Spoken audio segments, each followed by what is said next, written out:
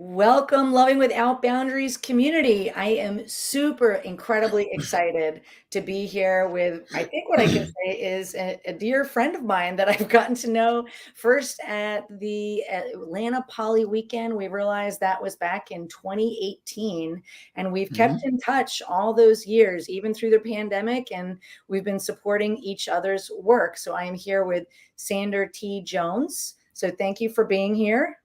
Thanks for having me. Awesome. And I'm just going to read a shortened bio here just to Mhm. help people get to know who you are. So, Sander T. Jones is a licensed psychotherapist with well over a decade of experience living polyamory and working with clients in non monogamous relationships. And they also solidly affirm the LGBTQ, the kink BDSM, communities. And also, we're partly here because they are now the author of a book that teaches this type of information called Cultivating Connection, a practical guide for personal and relationship growth in ethical non monogamy. And I'm really delighted to be here having this conversation because that means that the book is done. And we've been Okay. talking about it on and off for years. And I was Mhm. very, very supportive of Yes. Sanders' work in completing this because I was blown away, frankly, by the workshops that you gave back in 2018 at Atlanta Oh, Poly thank you. Weekend. And it was incredibly helpful for me personally in the relationships that Mhm. I was in. I was there with a partner at the time, and we were having our own Mhm. struggles. And Mhm. also, I could see how the information you shared was just stellar. So I'm so incredibly happy that you put your knowledge, your breadth of experience, that a lot of it is hard earned, into this Mhm. book. And I know firsthand how challenging it is to write a book. Mine was a very short book, yours is much longer. So I just want Mhm. to start by saying thank you from the bottom of my heart for writing this book. So I'm delighted to have you Thanks. here. Thanks. Thank you for writing your book. It was very inspirational for me, and I've had a number of clients over the years come to me and tell me, "Have you read this book?" Because it was really helpful to me. So, especially the clients struggling with jealousy, your book has been very valuable. Thank you so much. It warms my heart to hear that. It's amazing. So I'd love it if I gave that short bio, but I'd love it if you'd share with our folks here a little bit about yourself in your own words. Okay. So the longer bio is I I come to being a therapist from first being a client. I sounds like the hair club for men. Um, I come from a background that was well to I'm going to try and make it nice, really unfortunate, and so I came into young adulthood with a case of complex PTSD, anxiety, depression, and a whole host of other things. And of course, because of that, I wasn't functioning very well as an employee, so I was also very poor. And so part of my story is that I began my journey of personal growth and healing around the age of 21. Um, I had to figure out how to access mental health care as a person with like zero money and no insurance, which was difficult. And eventually, as steps went forward and forward, but a lot of what helped me along the way was self-help books because I couldn't afford to access actual mental health care. So that's part of where I'm at today is wanting to give back to that. And that's a lot of why I've started writing these books, is to help people who maybe are either in a position who can't afford mental health care or they want to use it to supplement their mental health care. But beyond that, I'm also a person who this being a therapist is a later life career. Prior to that, I was doing home remodeling. I was a home remodeling contractor. Wow. Yeah, Oh so my gosh. one of my favorite hobbies now is still doing work on our own house. I just built a deck onto the house a couple months ago. I love pets and animals. We do a lot of fostering of dogs, not cats so much, but dogs. I have a cat, but we do a lot of foster dogs. We take care of them. I love saltwater fishing. Um, that's about it. Just That's awesome. That's fascinating. I didn't know that about the home remodeling. That's awesome. And I knew this mhm, was a later in life career, so it's mhm, cool to find out what people were doing before, they maybe step into their power. It's kind of what I think of you as just like stepping into maybe who you were always mhm, meant to be and the gift that you've been giving to the world. So I'd love to ask just maybe a couple questions about mhm. going back into the past a little bit, if that's okay, in an effort to Sure. serve people listening. So, one question I have that I think can be really relatable for our community here at Loving Without Boundaries is what I call the light bulb moment. Like, was there either a moment when you were either quite young or in your youth where you realized that maybe you were different from some of the other kids, whether different meant in terms of your sexuality or in terms of consensual non-monogamy, whatever it means to you? And it could be like a series of moments, but Mhm. however you could answer that would be great. Yeah, I think the series of moments fits well. I was just thinking it's more like a string of lights. So the first one starts when I was about 5, and that was very related to gender. And I remember standing in the yard watching my mom and dad scream at each other and realizing she has no power at all, none, and he had all the power. And I totally connected it to gender at the time. It had Mhm. everything to do with he had the paycheck, he had the louder voice and the more intimidating physical presence, Mhm. and she was completely dependent. And and I just saw that, and something shifted in me that in that moment, and I realized that I really identified with that masculine energy, and I started refusing to wear dresses and insisting on wearing pants and Snoopy t-shirts, and wanted to play with guns and build forts, and it was just sort of that moment for me where I connected my identification with gender to interpersonal power.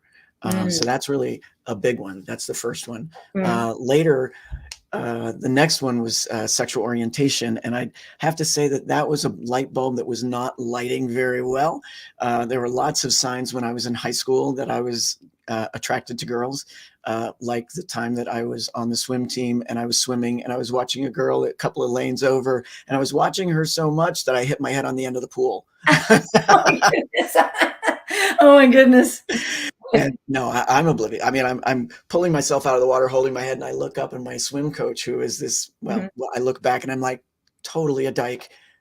But of course, no one was out back then. It was like it was a long, long time ago. mhm. But she's just standing over there looking at me, going, like, "You're gonna figure this out pretty soon, kid." Mhm. Oh, man. I'm curious, how old were you there, was that?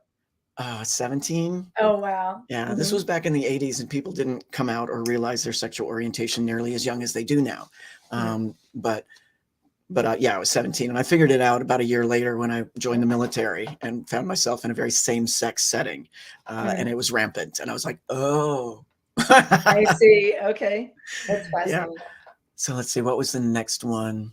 I think the next one was probably in my early 30s, and I had a girlfriend that cheated on me, and I remember having no sexual jealousy at all, and I Mm, thought that was odd. It's like I was angry that she lied to me. I didn't like it that she made me look like a fool in front of other people, but I didn't care that she fucked someone else. I mm, was just like, yeah, so you fucked other people before me. Why do I care if you fuck somebody after me or in the middle of me? Um, right. so I thought that was interesting. Mhm, And and then it was still years later because I'd never heard of polyamory or ethical non-monogamy or consensual non-monogamy. So it was about the time that I started graduate school to become a therapist that I met my current partner, who um, was saying on the dating app that she was in a polyamorous relationship. And I was talking to a friend of mine who was a long time dominant in the kink community, and I was just bemoaning that I wasn't meeting anyone. And she said, "There's no one on these dating apps you're interested in." And I said, "Well, there is this one girl who's really cute, but she's in a polyamorous relationship, and that's not what I'm looking for." mhm. And so my friend says, "Wait a minute, you're a busy graduate student. Maybe a part-time girlfriend is exactly what you need." I was like, huh. So I hadn't thought of it that way. So that's how my polyamorous journey began. And of course I had all kinds of monogamous programming in my head. I thought it had to be limited to part-time girlfriend. I didn't realize it was okay to catch feelings for her. So Mm, she was a beautiful guide every step of the way mhm. through unlearning those things. And of course, she handed me the book Ethical Slut and said, "Read this."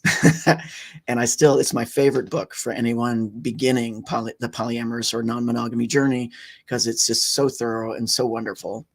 Mhm. Um, And yeah, that was probably the final. Oh, no, not the final light bulb. The next light bulb, again, was gender. And that was 2017, I think. And I had been drawing pictures of myself with a beard for decades. I said to people for many, many years, I don't have penis envy. I have beard envy. I just want a beard. Just give me a beard. Um, and I would, and this urge would come up really strong. And then I would ask myself that question over and over. Am I transgender? Do I identify as a man? And the answer I always got back from my deep inner core self was no. And so then I would go, okay, then you have to put this away. And I would. And then somewhere around 2017, I was cruising through YouTube and I ran across this non-binary person who had had top surgery. And I was like, boy, that was a big light bulb. I can do that. 4 months later, I was with the surgeon. It was that quick. Wow. Yeah. So I don't miss these at all. Mhm. I definitely don't miss bras. And I did start taking testosterone a couple of years after that. And I stopped again because I was starting to lose the hair on my head, and that not an option for me. So there's this young comedian. I wish I remembered their name, but I don't. But he does this cute little stand-up routine where he says, I stopped taking testosterone because it turns out I'm more vain than I am trans. And I'm like, I feel seen. Wow, that's amazing. That's my string of light bulbs. Yeah, no, I love the analogy of a string of light bulbs. I don't think anyone's ever said that before. I can really picture that in my mind. I also just want to, thank you for really vulnerably sharing that series of moments, those light bulb moments, and how you maneuvered through that. And also, it takes sometimes maybe some courage to be able to vulnerably share that. And I'm sure a lot of people here can relate to that, including that what you shared about how people weren't out as much back then, and now it is more acceptable. And also that's probably even why I started this podcast, was to normalize these conversations, Yes. to get these conversations out there to as many people as possible so that we are talking about it. So thank you for being one of those people. Sure. I love your mission.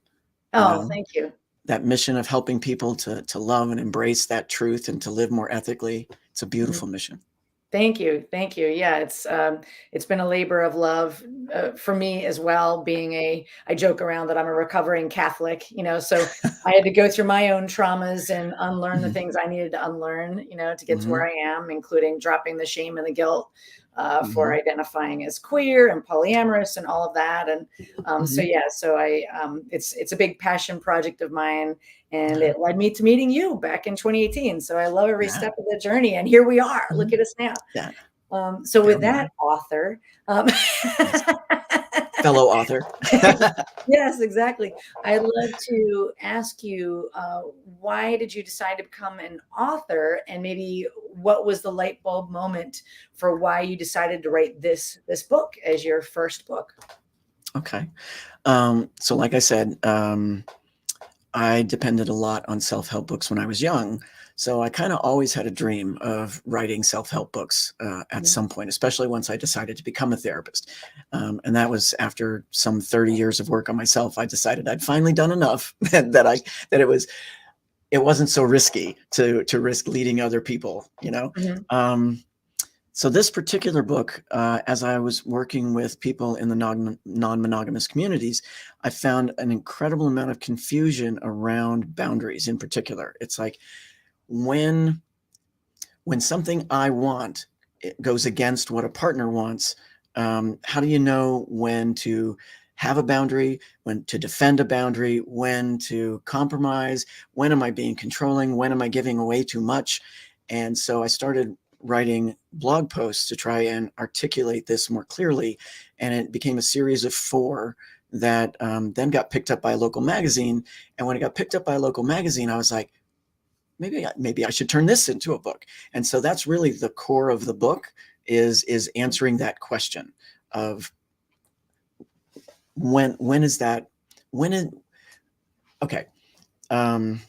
I think boundaries will always be confusing if people think they need to build them around their feelings, because we can have painful or difficult emotions around all kinds of things, but those difficult emotions don't always mean I need a boundary, because half the time I need a boundary is really me controlling someone else. so that I don't feel whatever this painful feeling is. The trick is when we feel those painful emotions to ask ourselves these questions of, is this a time where I need a boundary because this other person's behavior is doing damage to me? Or is this a sign that I have some growth I need to do? And so that's, it doesn't come up until the second 2/3 of the book. The first third of the book is about collaborative communication and going there first for repairing our relationships. But the second 2/3 of the book is really the part that inspired me to write the book in the first place. That's beautiful. Yeah. And I've definitely, I think what's interesting is none of us have ever been taught any of this stuff, whether we're polyamorous, whether we're monogamous. Like the word boundary, I don't remember it ever being even uttered when I was growing up. Yeah, really. So, and when we're talking about these topics that are complicated, right? Like it becomes so important. And I really, and even when I was doing my own research, your workshops were some of the first places where I started to wrap my head around this concept of boundaries. And I even since then looked for books. I couldn't find anything. I couldn't find anything that also spoke to me. There was one I found that was really written through a very religious lens. And I couldn't get past chapter 2 because it was just almost exhausting to read it through that lens, So again, that's why I think this work is incredibly important. And I'm glad that that's a crux of and maybe your motivation for writing the book, because it is so dearly needed. And I think that you also have a great way of expressing yourself in a way that's very understandable and relatable. So, yeah, absolutely. Thanks. So for your book, Cultivating Connection, what would you say is like, who would you say this book is intended to be for, and maybe what makes it unique?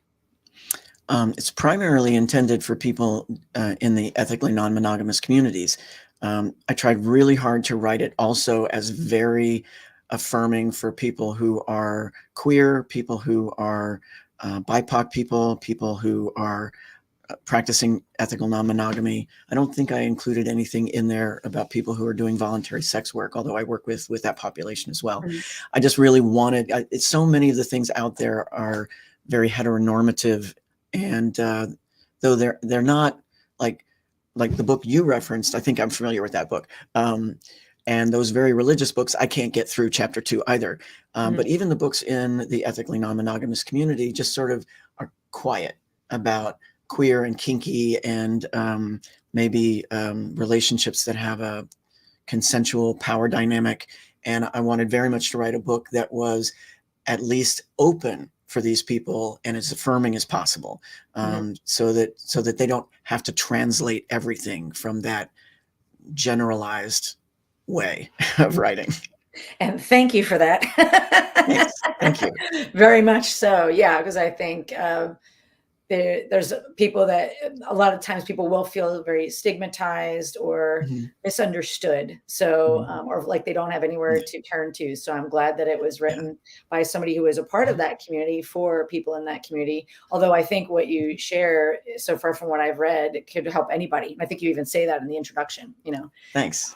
But it's through the lens of, I'm in your shoes. This is very non-judgmental, and it's partly for you, though anybody could, really use this information. So it's almost like I'm thinking of a funny analogy of, I feel like people who are in a minority, we almost need, more support or more affirmation so that we don't feel so, again, stigmatized. So I really appreciate you writing this book. Yeah, I think it's that representation. It really is important. Something as simple as seeing a gay character that isn't stigmatized in a TV show. There wasn't that long ago that we never saw that. So representation is important. And so even if it's just a matter of the examples in my book and having some of them being bisexual characters or people in same-sex relationships or people who are engaging in a power dynamic or kink activities, that representation is important, because otherwise I think we get really exhausted translating and trying to see ourselves in things where we're not represented. Yeah, I couldn't agree more. So my the next thing I'm curious about is you also talk about the spirit of healthy relationships, and this is interesting too because again we're talking about relationships in general, but through this Yeah, lens. Can you talk a little bit about your thinking around that, the spirit of healthy relationships? sure. It kind of came to me as this sort of an inspirational flow, and then I was asking myself, why? Why am I putting this in the book? And I think my primary reason for putting it in the book is that so many of us grew up in situations where we have no frame of reference for what healthy looks like. And Mhm, because we have no frame of reference for what healthy looks like, we don't know to hold out for it. You know, mhm, we don't know how to take the measure of the health of the relationship we're in and decide whether or not it's measuring up. We've got no reference point. So I wanted to paint a picture of this. This is the spirit of healthy relationships. This is the attitude with which to come to these skills that I'm trying to teach, so that people can have that idea of this is what it might look like. mhm, I guess it's a combination of both of those things. It's for people who don't have a frame of reference, it's to help give them a frame of reference. This is what healthy might look like for people. But it's also, as you learn these tools in the book, it's really important to apply them with the right spirit. You know, mm, if you're looking at this as trying to find evidence for this is why I'm right and you're wrong, mhm, that's not coming at this with the right spirit. You know, mhm. Right. Yeah, so. not the somebody loses and somebody wins kind of, Mhm, which is very adversarial. Mhm. yeah. I love that. And I love one thing that I really remembered from your workshops all those years ago was I didn't have the language for it, but I may say this incorrectly. Can you tell us about polyvagal theory? Am I saying that right? Oh, yeah. You are. Polyvagal Okay, theory, good. yes. Yeah, because I Um, don't if you use that language back in the workshop, I don't recall that, but I recognize the concepts when I was, mhm, reading that part of your book, but if you could share that with our listeners, that would be awesome. sure. The the guy who invented it, his name is like escaping my brain at the moment, but like everybody recognizes the name when you say it. But polyvagal theory comes from the actual study of the physical vagal nerve, which is this big nerve that runs from the brain back behind the voice box, down past the heart, and down into the intestines. And interestingly enough, this nerve, and it's got two primary branches, is very central to how we feel our emotions. If you think about it, we really feel our emotions in our bodies. It's not Mhm, just thoughts. It's not just in our heads. They coincide with thoughts. You might have worry thoughts, but what does anxiety feel like? I tend to feel it down here in my intestines as this like really uncomfortable crawly feeling, or some people will feel it more as their heart pounding or racing, right? mhm, um, but it's a physical embodiment, the way we feel our feelings. So I bring it into the book primarily for just the very simple task of explaining the fight, flight, freeze response. Because when we're in the fight, flight, freeze response, it had the polyvagal nerves are very related to which one of those you're in. And when we're in fight, flight, freeze, we lose access to a lot of the executive functions that um, in the this front part of the brain. What is that mhm. called? Prefrontal Frontal cortex. cortex? Is that right? Yeah. Mhm, So we lose access to that. So it impairs memory. It shuts off empathy, which is super important. If you're in an argument with somebody you love and empathy gets shut off, that's that moment you start to think that thing that you've been thinking for 2 weeks that you haven't allowed yourself to say, this is the right time to say it, because empathy is that filter that keeps us from saying shit like that. yeah. Mhm, But also it impairs other things like your ability to solve problems. It's just all kinds of things going on there. mhm, So I bring it into the book to illustrate for people what is the fight, flight, freeze response, why is it important, and primarily it's important because I'm basically trying to sell people on I don't think it's a good idea to continue talking about a problem if either of the people or any of the people, if there's more than two, are in the fight, flight, freeze response. Because when people are in the fight, flight, freeze response, it's kind of like driving while impaired. You might get lucky and nothing bad happens, but it's really irresponsible and the possibility of something bad happening mm, greatly increases. arguing with someone or continuing a difficult conversation when somebody's in the fight, flight, freeze response is like that. And so I'd like people to start thinking of it as it's kind of like driving while impaired. It's like talking to my partner while impaired. Bad idea, not responsible. Let's take a 20-minute break. It takes at least 20 minutes for that adrenaline to get out of our bloodstream, to hopefully get back up to what polyvagal theory calls safe and social mode, which is the only mode where we can really feel like we can connect to another person, empathize with another person, and connect in that way we need to if we're going to solve problems with a partner in a compassionate and collaborative way. Mm-hmm. I love that. Yeah. And that was something that I really, again, remembered from your workshop so much, that that concept that when we're all going to have moments where we get triggered because we're human, so that's going to happen. But being able to recognize, oh, okay, I'm in that fight, flight, freeze response, and realize that your logical brain shuts down, your empathy shuts down. So it's kind of like your mind and your heart just go boop, Yeah, very much like that. Yeah. And that concept that I don't remember that part about. I love the analogy of it's like driving while impaired. And I think it's important just to call it out. Like, it can be really irresponsible, because I think it can feel seductive, oh, I just want to talk about this right now, Yeah. and we can get pulled into that. But remembering, like, what we're each responsible for. So being able to recognize when you're triggered and realizing that it's also your responsibility, but you can be collaborative with your partner. Like, hey, you kind of look like, maybe you're a little triggered. Like, maybe we should take a 20 or a 30-minute or an hour break until we're ready to have a productive conversation for the higher and greater good of us and our well-being. Yes. Yeah, so I really appreciate that. So I'm glad that that's something that you definitely incorporated in the teaching in the book. And in terms of communication, we've heard a lot about nonviolent communication. I have my own thoughts about it, but I'd love to hear the way you relate to that and how you describe nonviolent communication and why that's important. I bring it in primarily I think there's 4 steps to it, and I bring it in primarily for the first 2, because I also bring in the Imago exercise, which really covers steps 3 and 4.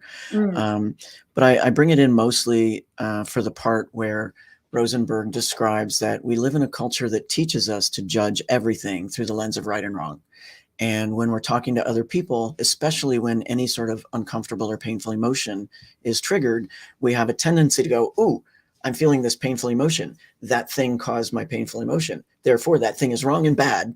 And the person who's doing it is wrong and bad. And then that's a lot of what's behind arguments is, no, you're wrong. No, you're wrong, And those first 2 steps of nonviolent communication teaches us that as long as we're doing that, as long as we're judging other people or things as wrong and bad, then we're stuck in this adversarial head-to-head conflict. But if instead you separate observations from judgments, and that's where those I statements that therapists have been well known for using since the 1960s comes in. When I see this, I feel this way. It takes away that adversarial tendency to point your finger at another person and say, you did a bad thing, which then invites the other person to just get defensive. No, I didn't.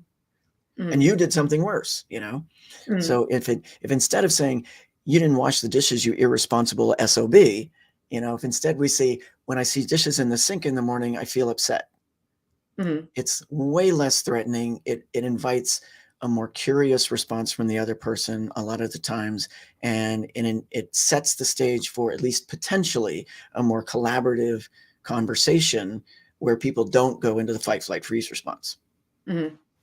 Yeah, I think that's I love the underscoring the part about that. It can be, maybe we're almost taught it. We see it all the time, that people can go into that judgment mode. And again, it's almost like seductive, like it just feels good, but again, like a more responsible way to think about it is, and it's also inarguable to talk about, this is what I'm noticing, I observed, and this is how I'm feeling. Like, we can't really argue with that. It's just that person's experience. Yeah. And like you said, then we can also maybe have some empathy for that. Oh, Yeah. okay. I get when you Mhm. notice you saw this, that you then felt that. I got it, Mhm. which Yeah. then can really create a better dialogue. You mentioned Imago dialogue, and I'm curious how you mentioned that that's how you feel it relies, or sorry, moves towards steps 3 and 4 of nonviolent Mhm. communication. Can you talk a little bit more about how those two go together? Um, I seem to remember that with nonviolent communication, steps 3 and 4 involve asking very clearly for what you need. It's not breaking down into two different steps in my head, but I'm pretty sure that that's the sum of it. And the Imago exercise is an exercise that invites people to take the time for one person to speak and the other person to listen, and to Hmm. listen for the sake of understanding the person who's speaking. And then you ask questions back and forth. They need to be open-ended, non-judgmental questions. To when you get to this place of really understanding what the other person is feeling, then you validate their feelings, tell them you want to work together to find a solution, and then you trade places, do the whole thing again. And then the last step is brainstorming solutions. So I think with nonviolent communication, step 3 was something about expressing yourself, and step 4 was asking for what you need. Whereas Imago is expressing yourself, being heard and validated, and then brainstorming what you both need. Hmm. I love that. Yeah, like again, bringing in that kind of teamwork philosophy of Mhm. collaboration, and Yeah. also taking turns instead Mhm. of taking turns maybe slowly instead Mhm. of kind of sucker punching each other with the Yeah. judgments. you Yeah, know? it's really interesting that I've actually seen it in relationship counseling when I'm working with people, that a lot of times, because time is short and we often only have a 1 hour or maybe a 2 hour appointment, people don't want to do something like the Imago exercise because it feels slow, and it's like time is precious here. But if we don't use it, people do get into that back and forth of, this person says this, then this person feels like they need to counter it, and this person says this, and this person needs to counter it, and it stays in that adversarial. But this is how I feel. But this is how I feel, and they're Mhm, both trying to be heard. mhm, Neither one is listening, mhm. Yeah. and so they're repeating themselves, they're speaking louder, they're doing everything to be heard, but they're not being heard because the other one's not listening, and the other one's not listening because they're not being heard. So they've got to slow down, use this format. Once people master this format, they don't have to use such a time-consuming method, but the format's really helpful to get people away from this adversarial, like two boxers in a boxing match on opposite sides of the ring, to being a collaborative team looking at a common problem. This thing is causing a rift between us. We both want the rift solved. Let's work Mhm, together to figure out how to solve this thing. And it's a really good tool for bringing people back onto the same team.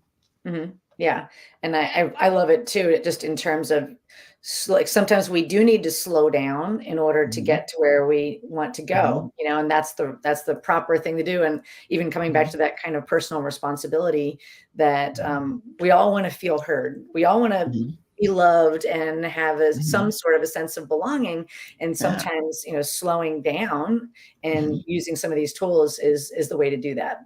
Mhm. And one other thing I really loved, I remember when I was reading the beginning of the book, you even mentioned that weekend at Atlanta Poly weekend, as well as a blog post. And I did read that blog post a number of times after that. And one of the things I loved about it is you talk about human rights in a Mhm. relationship. And so in the book, you mentioned some of the basic human rights in the language that felt proper for you. Can you just talk a little bit about how you came up with that and how that could maybe be helpful for folks who are listening? Yep. How I came up with that. It's such a common thing. I think if you can do any Google search, and there are thousands of therapists who have something on their website about your rights when in a relationship, and they're all a little different. And what I was trying to do was come up with a list that I felt was really important for that, trying to figure out that line between when is something going to harm someone's mental and emotional health, and when is it going to contribute to their growth and the security they feel in a relationship.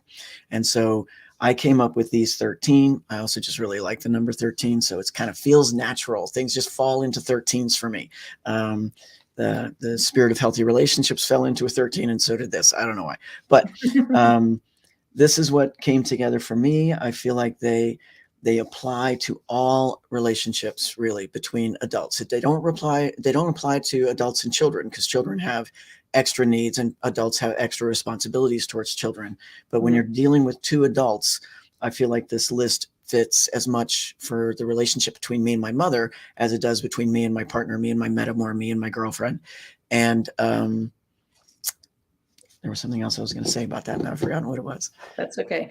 It just made me think of a different question related to that, which is, how would you describe the difference between personal rights in a relationship versus boundaries? Well, a boundary is built around our rights. At least that's what I'm trying to say. Like I was saying earlier, they're always going to be confusing if we think we're supposed to build them around our feelings. So what I did instead was I took this concept of, we should really only be building our rights around the things that we have a right to. I don't have a right to what somebody else does with their body. They have a right to make boundaries around their body. I have a right to make boundaries around my body. So that's how I came up with this list of rights, and our boundaries should be based on these rights. If we're trying to make a boundary around something that's not connected to one of our rights, then chances are we might be accidentally being controlling of someone else, and we're crossing over and violating one of their rights. Mm-hmm. Yeah, thank you for that distinction. And I think we're kind of bleeding into partly my next discussion. I've never heard it put this way, but when we're talking about defending our boundaries, can you talk a little bit about what you share in the book between internal versus external obstacles to defending boundaries, and how that can be related to manipulation or consent? You can talk a little bit more about that. It's fascinating. Sure. This is exactly where I see so much of that confusion in my counseling sessions. Is the external obstacles are obstacles that come from other people, and that's often other people's controlling behaviors. And that's where I see one person trying to tell another person that they're wrong for wanting something they want, or they're wrong for doing something, when I can see clearly that it's something this person has a right to decide for themselves. And that those external obstacles can be everything from guilt trips to emotional meltdowns to threats to end the relationship. What we've heard, I'm sure we've all heard the term weaponizing boundaries. That's where somebody weaponizes something to literally a threat. I'm going to end this relationship or leave you or do something damaging to you unless you do the thing I want. So those are the external obstacles, but we also have internal obstacles. And this is where I see people just giving away way too much of themselves, and then it damages them as individuals, and that's, many of us grow up in situations where we have either emotionally immature parents or very controlling parents or abusive parents, and you have normal needs as a child, and then your parent is yelling at you and telling you that you're selfish for wanting this thing that is totally normal. And so we internalize all this guilt that, oh, if I express my needs, I'm bad. And that can take lots of different forms, from the religious forms of, this is how a woman should be, this is how a man should be, this is, how a person should be if they're honoring God. You've got all these religious guilts that we internalize. I'm sure you can relate to that. Yes. I was raised Southern Baptist, so I had my own recovery to do. Yes. But it's also, many people are like, oh, I'm being selfish if I do that, or if I can possibly make it happen, I should, because otherwise I'm a bad person. And they are so reticent to put their needs or their wants first that they never get them met. They give away everything, and then they expect other people to recognize that and then give equally as much. And they're almost always disappointed. Why don't people do that? And they just often don't. So it's really important as individuals for us to learn where we need to put ourselves first. I often say to clients that everyone should be at least 51% selfish. The word selfish gets a bad rap. We should all be 51% selfish, because if we don't prioritize ourselves at least a little bit, because we all want to be ethical and treat other people well also. But if we don't prioritize ourselves just a little bit, that's our job. And Yeah. I think it's reflected in when we start talking about attachment theory. One of the ingredients of that is we're supposed to strive to be securely attached within ourselves. That's the act of choosing ourselves and prioritizing our own needs and not being ashamed of that. Mhm. And that's where it comes in. So beautifully explained and expressed. And again, I think you just have such a great way with words of making things that can be confusing or complex really understandable. So Thank maybe you. just to expand on that. So what I'm hearing is the an external obstacle is if one book I really love is called Emotional Blackmail by Dr. Mhm. Susan Forward. And the Yeah. simple concept that emotional blackmail is when somebody is using fear, guilt, or Mhm. obligation to try to get you to do what they Mhm. want you to do. So that would be an Yes, example of in a broad sense of what external obstacles are, where absolutely. then you need to like defend your boundary, right? Mhm. Whereas an internal obstacle is when somebody has maybe internalized beliefs. For example, with me being a recovering Catholic, right? Uh-huh. So I joke around like the way I was taught, it was almost like we were taught not to have any boundaries, to be very self sacrificing, Mhm. to martyr yourself. Everyone else's needs are more important. And so if I internalize those beliefs, that would be my own kind of internal obstacle that you might work with a therapist to overcome. Mhm. I Yes. often, I love what you said about to be 51% selfish. Um, Yeah. Sometimes, and that's our job. I'm so glad that you Mhm. highlighted that Mhm. because we can get confused about what's my work to do, what's your work to do. Mhm. With my clients, sometimes I say, what if you try replacing the word selfish with, am I practicing self-care? Ah, So, but I love what yeah. you said too about we don't need to give the word selfish a bad rap. So I like that too. But, I like the way you phrased it too, because a lot of people can have hangups around the word selfish. That selfish is automatically bad. I'm a terrible human being if I'm selfish. Mm, So if you've replaced it with self-care, we could also replace it with self-advocacy. mhm. Um, I'm a big believer in work with whatever the client needs. Right. And if they can't get past the word selfish, I'll use different words. Yeah. So Yeah, I I love love your, yeah. self-advocacy. Sometimes I use Mhm. self-empowerment Mhm. That's a but good one asking too. that, yeah. But and also asking that question like, am I self-abandoning myself and my needs?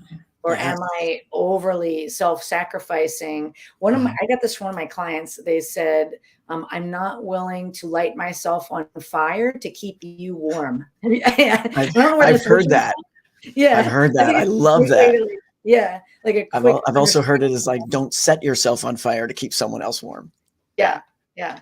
So for people that it's a hard concept to understand, I think it kind of Mhm. encapsulates it there. But I love this Yeah. language of the internal obstacles, which are my responsibility to learn how to work through. And also, if there Mhm. are external obstacles, it's actually still my Mhm. responsibility to learn how to defend my rights and my boundaries if that were happening. Right. Mhm. Right.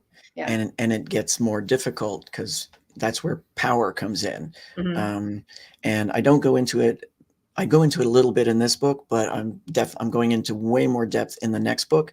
Um, what kind of happened was I was just writing and writing and writing and not paying attention to how much I was writing. And then I did a word count and found out, oh, I have a 600-page book here. So I Yeah. split it into two books, and the second book is probably two-thirds written. So the second book is going to go into much more depth of interpersonal power and ethics and what is manipulation and coercion, and Mhm. basically when do you decide a relationship is so toxic that you pull the plug? Mhm. Because a lot of us, again, have no reference, you know? Mhm. And so that was one of the things that I learned along the way was in my younger years, I look back on some of my relationships and I was like, wow, I wish I'd had the tools then that I have now, because then I could have taken a measure of the health of that relationship and ended it a lot sooner. Yes, yeah, absolutely. Yeah, I couldn't agree more. Yeah, I often say that you don't know what you don't know, right? So exactly. Yeah. sometimes we have to, make those mistakes to learn, right? Yeah. I could talk about this all day, but I have a few more questions, then we'll wrap up soon. But Mhm. one concept, and this is another thing I do remember from your workshop that was really powerful, is the concept of appreciation of when somebody is giving us a gift in the context Mhm. of what we're talking about here. So if we relate that to creating a relationship agreement with a partner, can you Mhm. talk about how to recognize that as a gift and why that's important? Sure. Um, so to tie relationship agreements in with personal rights is a relationship agreement is an agreement to not exercise some iteration of one of my rights. So if we take, let's say, monogamy as an example, because that's a relationship agreement. If we each have the right to our own bodily and sexual autonomy, then we have the right to do whatever we want to with our bodies. If two people are deciding they want to be monogamous, then they are agreeing to this one thing. They're keeping their right to all the other ways that they can have control over their own bodies. They can still decide if they want to go on a diet or get a tattoo, but they're agreeing that as far as and of course people have different definitions for monogamy, but let's just go with sexual exclusivity. They're agreeing that as far as sexual activity is concerned, we're just doing that with us. So once they make that agreement, they have this expectation that they can trust the other person, that they will control and monitor their own behavior around that. So let's see, you were asking about gifts. Yeah. So when two people want the same thing, those relationship agreements are easy, right?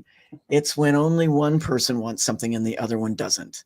And that's where, as two people are negotiating in this very collaborative, compassionate way that I outline in the first third of the book, you'll sometimes come to this place where it's like, what I'm hearing is my partner really needs this. It's not exactly my preference, but it's not going to damage me to say yes. So I have an option. I have a choice. I can say yes and it will help my partner, and it's not damaging for me. If it's damaging for me, I need to say no, you Mhm. know. Even if it's painful to do so, if it's going to damage me, I need to say no.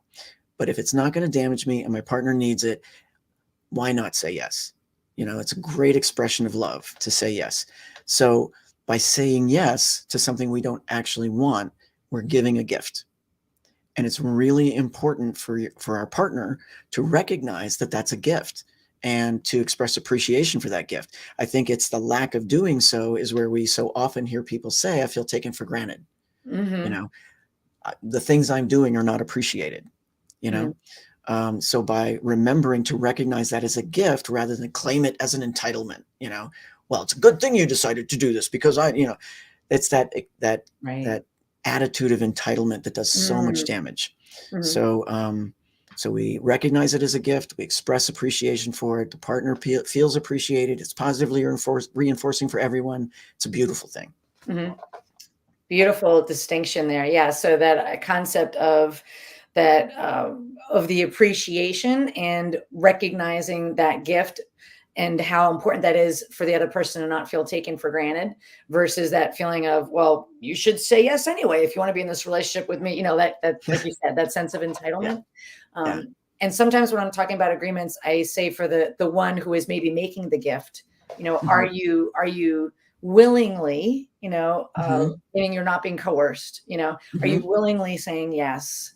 And Hmm. sometimes even joyfully saying yes, but maybe if it's not Hmm. something they really want, maybe they couldn't say they're joyfully doing it, but they're Yeah. at least willingly doing it so that they're not Hmm. doing it from a place of feeling manipulated, Right. pushed around. Yeah. Or their own internal guilt trip.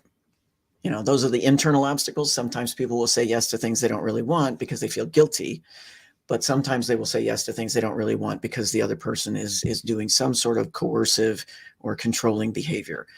So yes, it Mm, needs to absolutely be completely authentically, willingly given. yeah. So it's I love really important to do that investigation around that. it. Incredible. Yeah. My last question is, and I thought this was amazing, was I've never seen this before. The personal responsibility flow chart that you came up with that I was super excited to go find it in the book and check it out. Can you talk about how you came up with that and what that's all about? And of course, I do encourage our readers, if you find what we're talking about interesting, please go get the book since you're not going to be able to see it right here. But yeah, if you could just maybe talk a little bit about that. Thanks. Um, I don't remember exactly how I came up with it, but what it is this very simple 4 questions to ask for that problematic moment of am I am I being controlling or am I giving away too much? because that's the question that I see with clients over and over and over again. So it's these 4 simple questions. On one side, you can look at the other person's behavior and you can say, are they violating one of my rights? And if the answer is yes, then you absolutely should be defending your rights. Your job there is to get them to go back to respecting your rights, but have compassion for yourself, because your ability to do that is limited by your interpersonal power in the situation. So it's a lot easier if I'm doing a favor for a friend and that friend is being a jerk to me. It's a lot easier for me to say, you know what? It's not okay to treat me that way. I'm taking my ball and I'm going home. It's a lot easier to do that than if my boss is berating me and I am dependent on that job and that paycheck. That's much more difficult. And so it can really do damage to our self-esteem and our self-respect to be in a position where we don't have the power to advocate for ourselves and require someone to go back to respecting our rights. So I talk quite a lot about what we can do in those situations to try and repair that damage to ourselves. So that's the first question. If somebody's violating our rights, absolutely, we need to make them go back to respecting our rights. But if they're not respecting, if they haven't violated one of our rights, the next question we go to is, have they violated a relationship agreement? Because we depend on them to live up to those agreements when they agree to it. So if they are not living up to a relationship agreement, we're justified in being upset. You said you weren't going to do that, and here you did it, and now I'm upset. I'm hurt. I thought I could trust you. So if that's the case, though, all relationship agreements can be renegotiated, unlike our human rights. Those are non-negotiable. So if somebody has violated a relationship agreement, either they need to go back to respecting that relationship agreement, we need to do some work to repair the rupture in the relationship, or we need to come back to that relationship agreement and renegotiate it. So people do relationship check-ins. A lot of times that's what happens in those situations. This isn't working for me anymore. We need to renegotiate this agreement. Mm-hmm. The flow chart can also be worked on the other side. I'm upset with myself, or someone is upset with me. Did I violate their rights? If the answer is yes, I need to own up to it, take responsibility, apologize. And if I did not violate one of their rights, then the next question is, did I violate a relationship agreement? If I did, I need to either go back to respecting that agreement, or I need to renegotiate it. If I didn't, and I unfortunately left that off the first explanation, if I did not violate someone's rights and I did not violate a relationship agreement, then I have work to do. And that's where it's the personal growth part. Mm-hmm. Why do I feel guilty if I didn't do anything wrong? Mm-hmm. Or if somebody is telling me I did something wrong, but I didn't, then I need to do some work there in learning how to defend my boundaries with this person. If somebody else violated my rights, or if they didn't violate my rights, or they didn't violate a relationship agreement, but I'm upset with them anyway, I have work to do. Maybe I'm the one being controlling, or I need to look at my insecurities and do some work around that. Or maybe my trauma has been triggered and it's time for me to stop avoiding getting that trauma treatment that I need to get, because avoidance is one of the key symptoms of PTSD. So it's very normal for us to avoid actually doing that work. But sometimes the world is like hitting us in the face saying, it's time to face that. Time to do that work. Yep. Knock, knock, knock. Opportunity knocks. Wow. Well, I'm beyond thrilled that you put this piece of work out there. This has been an amazing conversation. So thank you for playing with me today and going over some of the key concepts. I love just getting to talk to you again. And I'd love to have you back on the podcast and here for a Facebook Live if you're up for that. So, I would love it. Yeah. Awesome. Awesome. So where can everyone find you and your book? Okay. Well, my website's very simple, sandertjones.com, and you can pretty much find any of my social media links that way as well. My book is available anywhere you can get books. Please support your independent bookstores if that's something you like to do, because any one of them can order my book. I'm sure some of them also have it in stock, but of course it's also available on the Barnes & Noble and Amazon and all of that. So awesome. Yeah. So cool. Well, thank you for your hard work, for being just an amazing human being, and the heart and soul that you put into this, including obviously all the hours and hours that you put into creating this work, and for your time here today with me. Thank you so much. Yeah, absolutely. Thank you so much. Thank you for having me. I would love to be back. Excellent. Excellent. Well, with that, Loving Without Boundaries community, I hope this was of value to you, and we will be sending this out into the world as a podcast. So really happy to have you here, and we will talk to you soon.